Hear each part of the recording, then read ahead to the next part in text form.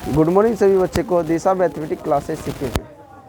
तो हमारा ये सांख्यिकी चैप्टर का वीडियो 3rd है और इसमें हम लोग जो है थोड़ा सा बहुलक, माध्यक और माध्य, परिसर, वर्ग चिन्ह इस सब के बारे में थोड़ा थोड़ा ले लेते, फिर आगे हम लोग बढ़ेंगे, थोड़ा सा रिवाइजिंग करवा देते। चलो एक क्वेश्चन दे देते हैं। 2, 4, 3, 6, 8, 7 का माध्यक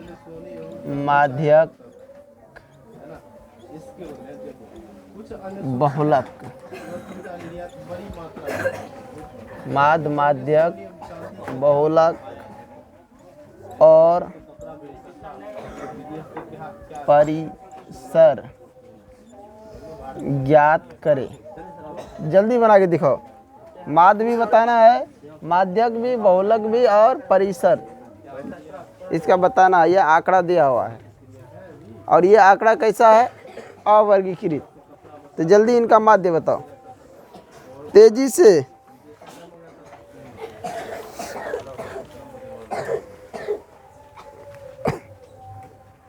एक क्वेश्चन और ले लेते हैं। 3, 2, 4, 2, 5, 5 कॉमा x का बहुलक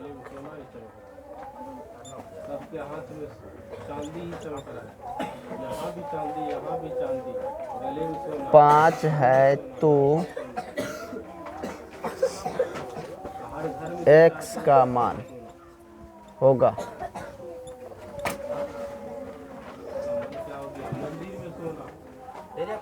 जल्दी बताओ। एक क्वेश्चन दिया हूँ कि ये आंकड़ा दिया हुआ है, का बहुलक अगर 5 है तो x का मान क्या होगा?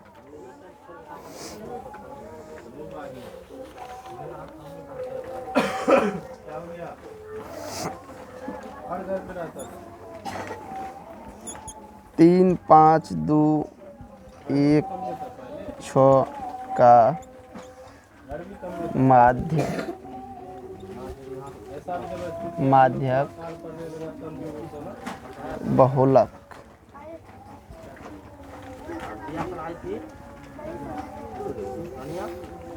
बहुलक ज्ञात करे। दिख रहा है ना सभी को?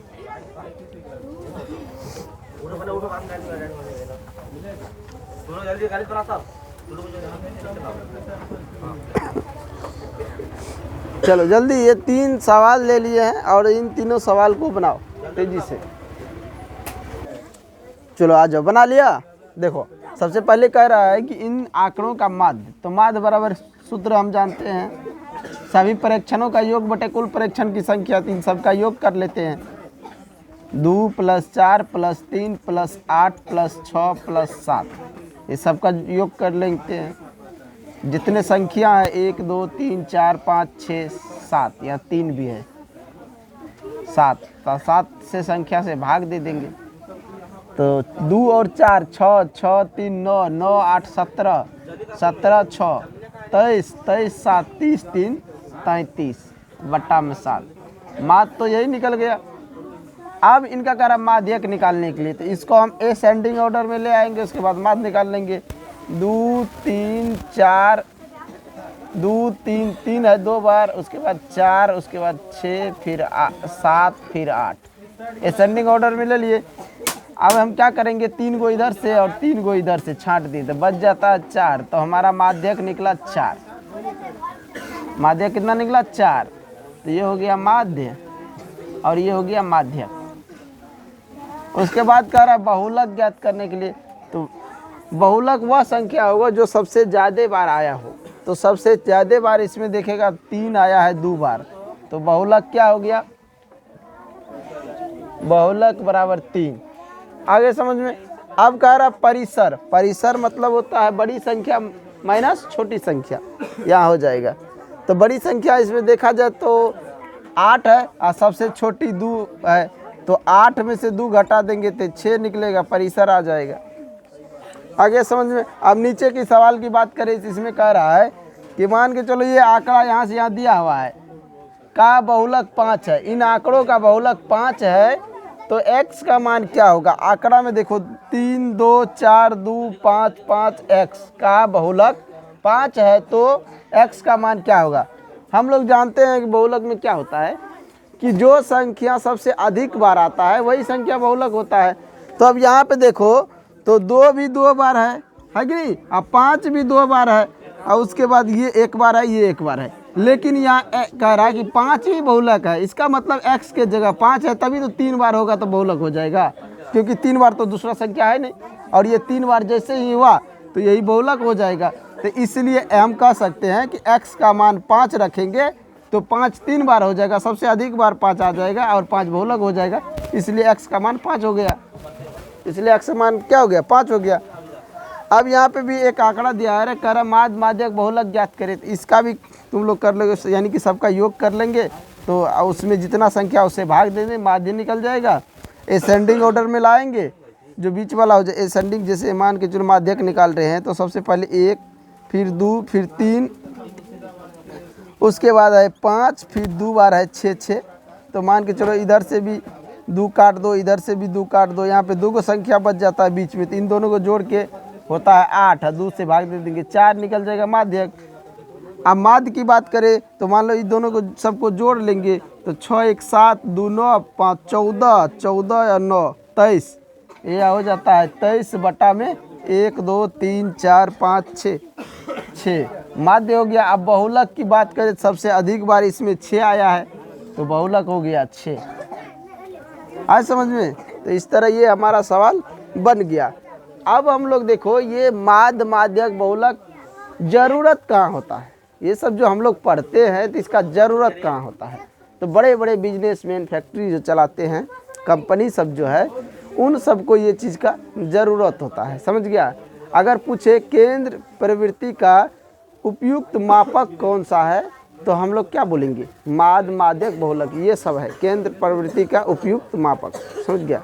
सब और सबसे उपयुक्त यानी सबसे अच्छा मापक कौन है? इन्हीं सब में तो माध्य है। सबसे अच्छा मापक देखा जाए तो जैसे सब जितने एक आंकड़ा दिया उनको हम लोग क्या करते? एकत्रित करते, इकट्ठा करते, उसका योग करते हैं, और फिर जितने संख्या में है दिया हुआ है उन संख्या से भाग देते हैं। सबसे अच्छा मापक जो है ना माध्य है।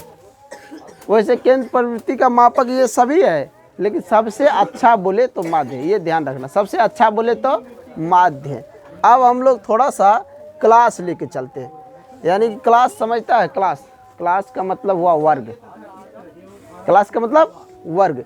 तो कुछ वर्ग लेके चलते हैं और जो गांव घर में उपयुक्त होता उन्हीं वर्ग को देखने वाले हैं, ताकि सभी बच्चे इसको अच्छा से समझ जाए कि गांव घर में ऐसा क्या वर्ग है। मान के चलो कि कह दे कि 0 से लेकर 2 साल तक के जितने भी बच्चे हैं वो अगर रोटी खाता है तो कितना रोटी खाता है। फिर 2 से अगर 4 साल के बच्चे हैं तो वो कितना रोटी खाता है। फिर अगर 4 से 6 साल के बच्चे हैं तो वो कितना रोटी खाता है। और 6 से 8 साल के बच्चे हैं तो वो कितना खाता है। 8 से 10 साल के बच्चे हैं तो वो कितना खाता है। मान लो इस तरह अगर दिया रहे, मान लो 0 से 2 साल के बच्चे 5 गो है, या 2 से 4 साल के बच्चे 6 गो है, इस तरह अगर बच्चे की संख्या दिया हो और कहे कि वो रोटी कितना खा सकता है, तब उसका एक हम क्लास तैयार करेंगे। सारा समझ में आया? तो इनको मिटा के हम आगे बताते हैं, फिर तो लोग को समझ में आ जाएगा। चलो यहाँ देखो, मान लेते हैं हम कि 0 से लेकर 2 वर्ष, 0 से लेकर 2 वर्ष के जो जितने बच्चे हैं 5, 0 से लेकर 2 वर्ष के बीच में बच्चे हैं 5, और रोटी कितना खाता है? 4 गो। समझ गया? कितना रोटी खाता है? 4 गो। अब हम क्या करते हैं, मान के चले कि 2 से लेकर 4 वर्ष के बीच में बच्चे हैं 4 गो, और रोटी कितना खाता है? 8 गो। समझ गया? मान ले कि 4 से लेकर 6 वर्ष के बीच में बच्चे हैं 7 गो, और वह रोटी खाता है 3 गो। वह रोटी कितना खाता है? 3 गो। यानी कि 4 से 6 वर्ष का जो बच्चा है कम से कम 3 गो रोटी तो खाएगा कि नहीं खाएगा? तो बच्चा वो 3 गो रोटी, अब मान कोई बच्चा है 6 वर्ष का या 5 वर्ष का, 3 गो रोटी वो खा सकता है। अब मान के चलो 6 से लेकर 8 वर्ष के बच्चे हैं 6 गो और रोटी खाता है 4 गो, समझ गया। अब यहाँ 0 से लेकर 2 वर्ष के बच्चे 5 गो है और रोटी 4 गो खाएगा, ये सही नहीं, सूटेबल बैठ नहीं रहा है। तो मान के चलो 2 गो रोटी खाता है, या मान के चलो हम लिख देते हैं कि 1 रोटी खाता है। और 2 से 4 वर्ष के बच्चे हैं 4 गो, मान के चलो ये खाता है 2 गो रोटी, या मान के चलो 3 गो दे दो, या इसको ही 2 गो दे दो, ये सब रोटी खा रहा है मान के चलो। अब मान के चलो कि हम ले लेते हैं कि 8 से लेकर 10 वर्ष के बच्चे हैं, ये है इसकी संख्या है 4 और ये खाता है 3 रोटी। इसको मान के चलो 4 था, 4 ही ले लेते हैं। अब यहाँ पे देखो ध्यान से, तो इसको हम बोलेंगे क्लास, क्या बोलेंगे इसको, क्लास। और ये जो हमारा दिया हुआ बच्चों की संख्या, इसको बोलेंगे बारंबारता, बारंबारता, यानी कह सकते हैं बच्चों की संख्या भी बोल सकते हैं, समझ गया। तो यहाँ पे लिख दो बच्चों की संख्या, यानी कि इसको हम ऐप से सूचित करेंगे। और ये हो गया क्या, रोटी की संख्या, इसको हम लोग x से सूचित करते हैं, किससे, x से। इसको हम लोग क्या करते हैं, x से सूचित करते हैं। अब मान के चलो कि ये जो क्लास है, यानी कि ये वर्ग चिन्ह क्लास हो गया, इसका हम लोग क्या करेंगे, वर्ग चिन्ह निकालेंगे। क्या निकालेंगे, वर्ग चिन्ह। वर्ग चिन्ह समझता है इसका वर्ग चिन्ह।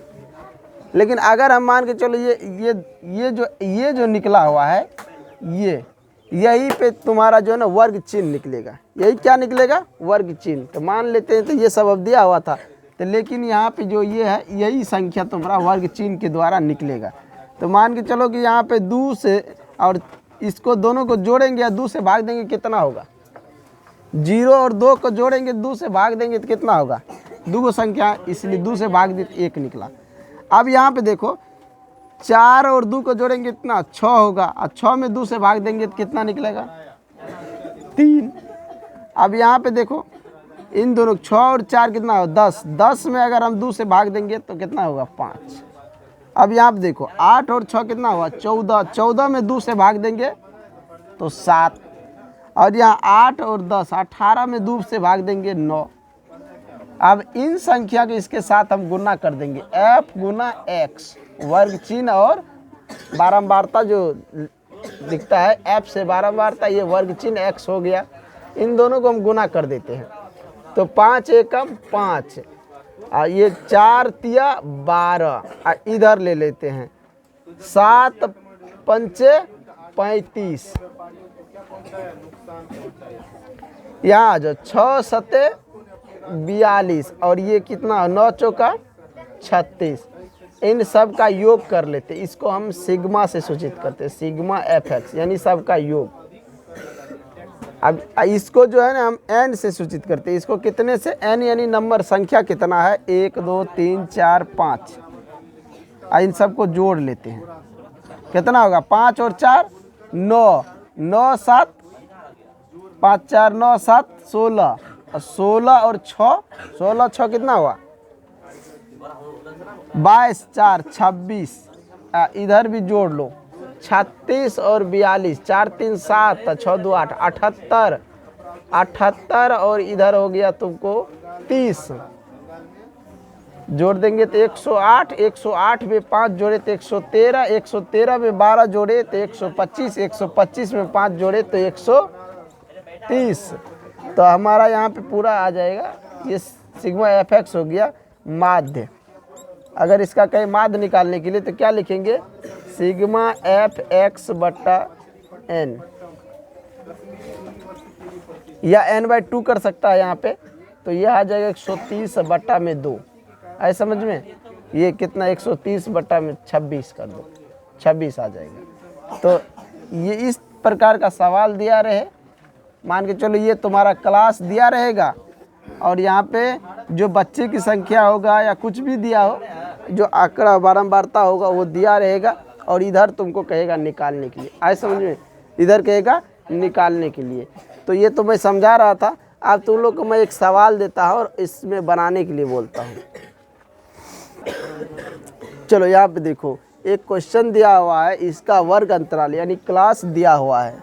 मान के चलना कि ये 0 से 10 वर्ष के बीच मजदूर की संख्या या कुछ भी संख्या मान लेना, और ये उसकी बारंबारता f जो है ये तुमको दिया रहेगा।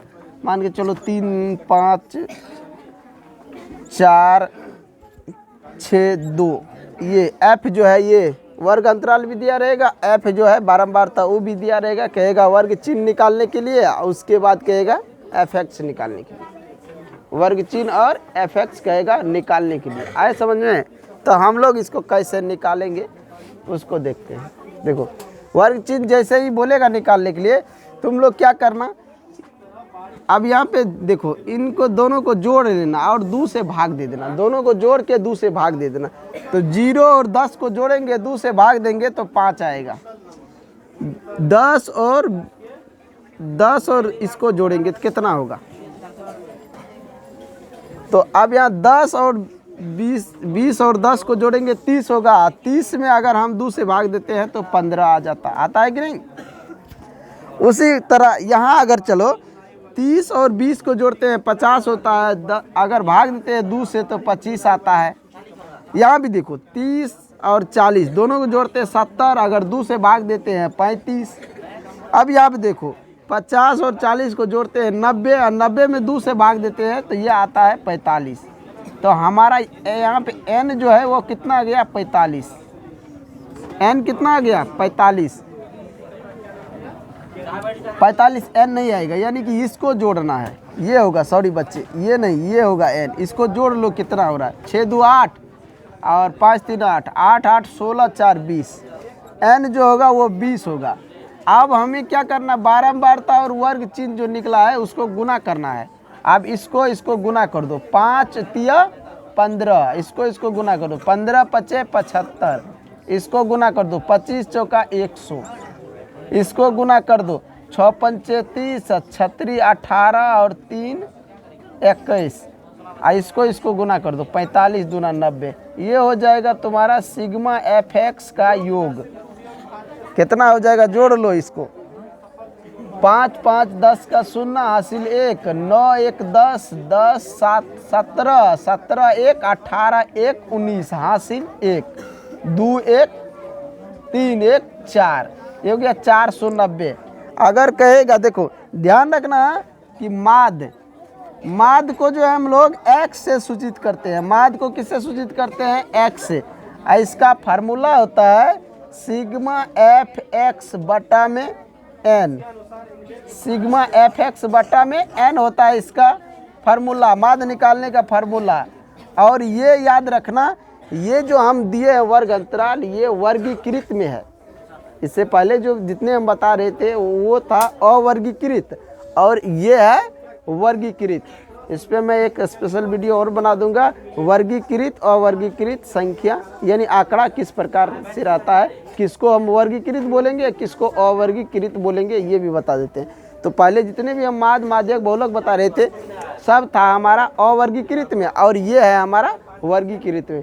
ये सब यानी बारंबारता, चाहे देखो माध्य निकालो, चाहे माध्यक निकालो, चाहे बहुलक निकालो, चाहे परिसर निकालो, इसमें 2 तरह के होते हैं। एक वर्गीकृत आंकड़ा दिया रहता है, एक रहता है अवर्गीकृत। तो हम जितने भी पहले बता रहे थे वो सभी था अवर्गीकृत। अब ये जो बता रहे हैं ये है वर्गीकृत, ये ध्यान रखना। अब यहाँ पे देखो माध्य को हम लोग x से सूचित करते हैं। माध्य को किससे सूचित करते हैं? x से। तो हम यहाँ पे लिख सकते हैं ना, x बराबर में सिग्मा fx का योग कितना है? 490, अब बटा में n कितना है? 20। अब यहाँ पे इसको काट देते हैं, इधर इससे भाग देते, 2 दूना 4 और 4 दूना 8.5, ये आ जाएगा माध्य x का मान। आए समझ में? ये आ जाएगा x का मान जो है ये आ जाएगा। तो समझ में आया कि अगर वर्ग अंतराल दिया हो, बारंबारता दिया हो, तो हम माध्य कैसे निकालेंगे। सभी को समझ में आ गया? नहीं समझ में आया तो कमेंट बॉक्स में ज़रूर बताइए, ताकि उनको फिर से हम समझाएं। तो समय ज़्यादा हो चुका है, इसी पे इस वीडियो को एंड करता हूँ। और जो भी बच्चे नए हो चैनल को सब्सक्राइब और लाइक करें, ज़्यादा से ज़्यादा शेयर करें।